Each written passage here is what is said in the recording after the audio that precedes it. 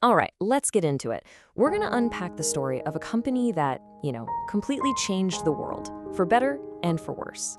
This is the story of how a dorm room project became a global social empire and then decided to become something else entirely.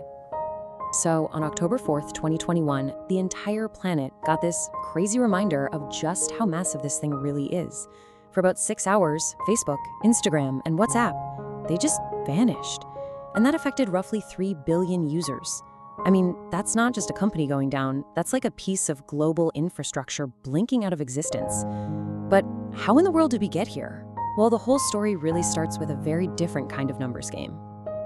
You're looking at the tagline from the website that started it all. And this one sentence, it just perfectly captures the tension that has defined this company since day one. Incredible, massive scale, born from some pretty serious controversy. To really get a handle on the scandals of today, you have to go all the way back to the beginning. So picture it, we're in a Harvard dorm room, it's 2003, and the seeds of what will become this global network are being planted in some, let's just say, very questionable soil. Yeah, before there was Facebook, there was this thing called Face Mash, and it really gets to the core of the company's DNA. Zuckerberg literally hacked into Harvard's online student directories, scraped the ID photos of female students, totally without their permission, obviously, and then threw them up on a site where people could vote on who was hotter. That casual disregard for privacy, it was baked in from the very beginning. So as you can imagine, the backlash was immediate and intense. Student groups were protesting, and Zuckerberg got dragged in front of the Harvard Administrative Board. He was accused of pretty much everything: breaching security, violating copyrights, and infringing on privacy. Now, he wasn't expelled, but a pattern was set right then and there. Push the boundaries as far as you can and just ask for forgiveness later. It's a model that would, unbelievably, go on to shape a trillion-dollar company. And from those pretty messy beginnings, something new emerged. The project quickly evolved from Face Mash into the Facebook, a social utility that just exploded out of Harvard's campus with unbelievable speed. It was like a rocket ship. And this timeline just shows you how fast that explosion really was. Things like the news feed, which they introduced in 2006, totally transformed the platform into this endlessly scrolling, seriously addictive experience. And then their focus on mobile made it essential. It wasn't just a website anymore. It was basically a portfolio of our digital lives. And then the company went on this massive shopping spree, snapping up potential competitors like Instagram for a cool $1 billion. And then just 2 years later, the messaging giant WhatsApp for a mind-boggling $19 billion. The mission was crystal clear: own social connection on the internet. So by the time the company went public in 2012, that dominance was reflected in this number: $104 billion. At the time, it was the largest valuation for a newly public company ever. It blew past giants like Disney and McDonald's. Wall Street was calling it the next great blue chip.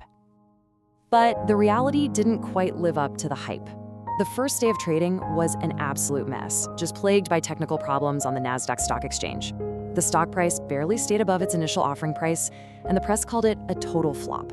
And right there, another pattern starts to emerge: huge, world-changing ambition, followed by a messy, controversial reality. For years, the company's famous internal motto was "move fast and break things." But as its power just grew and grew, the world started to realize that the things being broken were our trust, our privacy, and, well, maybe even our democracies. And then the bombshell dropped. The Cambridge Analytica scandal revealed that the personal data of tens of millions of users had been scraped without their knowledge and then used for incredibly sophisticated political advertising. It was basically the original sin of Face Mash, but now it was happening on a global, politically explosive scale. Suddenly, the platform that promised to connect the world was being accused of tearing it apart. Allegations were piling up that its algorithms were basically supercharging the spread of fake news and foreign propaganda, and that it may have actually influenced the outcome of the 2016 US presidential election. And then, the real-world consequences became horrifically clear.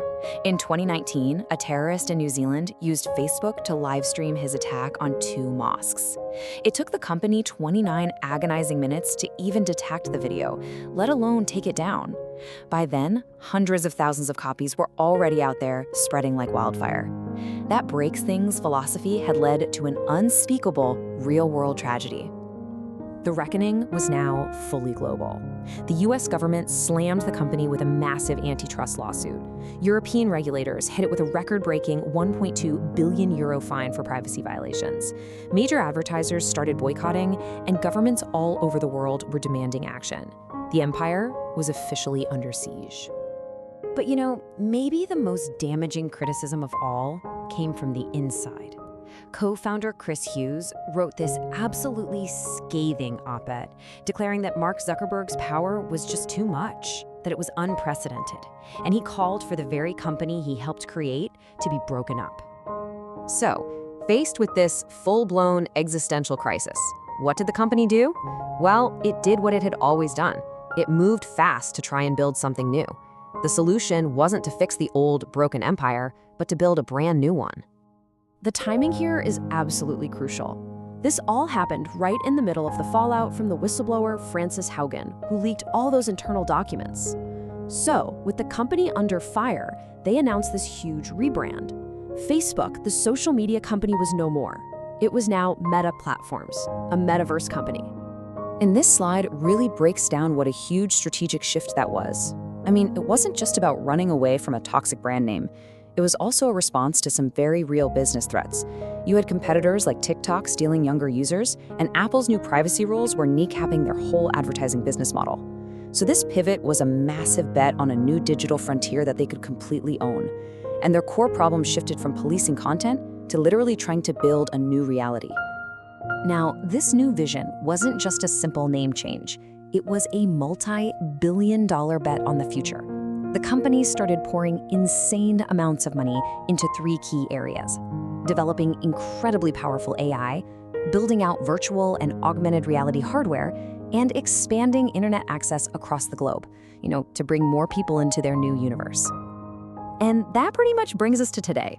The company has a new name, a new mission, but those fundamental questions about its power, its ethics, and its impact on all of us, well, they haven't gone anywhere.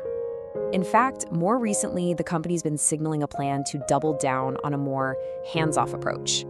There are reports that they intend to scale back DEI programs, get rid of their third-party fact-checking program, and even weaken some of the hate speech policies that were put in place to protect vulnerable groups. Which leaves us with this one final, really critical question. The story of Meta is this constant cycle of incredible innovation followed by deep, profound controversy. So as it races to build the next version of the internet, can it finally learn from all the things it broke along the way? Or is it just destined to make the exact same mistakes, but on an even bigger, more virtual scale? The answer is going to shape not just a company, but the future of all of our digital lives.